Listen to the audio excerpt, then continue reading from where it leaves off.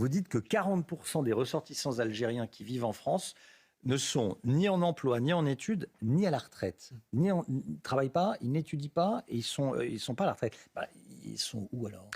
40%, c'est beaucoup. Oui, tout à fait. Mais ils sont soit chômeurs, soit inactifs divers. Alors, inactifs divers, ça peut recouvrir la situation de femmes au foyer. On sait qu'on a la moitié des femmes algériennes en France qui ne sont ni en emploi, ni en études, ni à la retraite. Ça recouvre aussi d'autres sortes d'inactivités, notamment l'indépendance aux minima sociaux.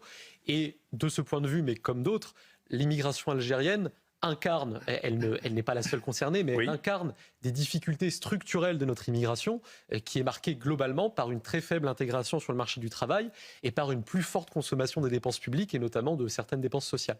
Alors, autre chiffre qui m'a interloqué, vous dites que la moitié des Algériens vivent en logement social, soit un taux 3 fois supérieur à celui des non-immigrés. Combien de personnes ça représente? Si on parle des Algériens, c'est parce qu'on parle beaucoup de ce pays qui refuse de reprendre les OQTF et avec lequel on a des liens sur lesquels on n'a pas besoin de revenir.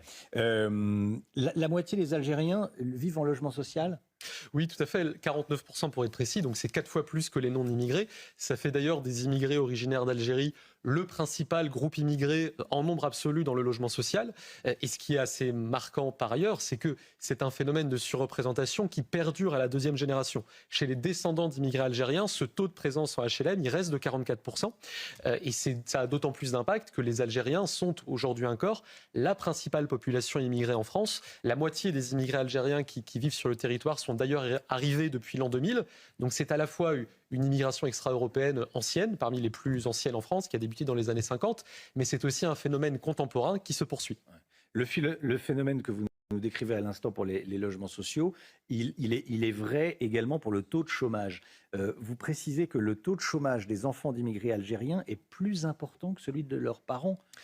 Comment ça se fait? Parce que quand on est immigré, qu'on arrive, qu'on ait besoin de l'aide, ça, j'ai pas de difficulté à l'imaginer. Mais en revanche, après, il y a tout le système social qui se met en route avec des aides sociales, on va en parler, avec une école qui est gratuite, avec une faculté qui est gratuite. Donc on a de quoi, et on a vu des immigrations qui se sont élevées en une génération. C'est ça que j'ai du mal à comprendre. Qu'est-ce qui se passe? Oui, alors c'est vrai que dès la première génération, le taux de chômage des immigrés algériens est le double de la moyenne nationale, mais c'est vrai qu'à la deuxième génération, vous le soulignez à juste titre, il est encore plus marqué. Et la seule réponse que je peux apporter à votre question quant aux explications possibles, c'est qu'on ne sait pas, fondamentalement. Le ministère du Travail lui-même, dans une réponse à une question parlementaire sur ce sujet... C'est pas ou veut pas savoir ou... En tout cas, il n'y a rien de matériellement explicable. Le ministère dit que au moins la moitié de cet écart de taux de chômage à la deuxième génération demeure inexpliqué. On peut mettre en avant plusieurs raisons, mais qui ont à voir avec la nature de l'immigration algérienne dès la première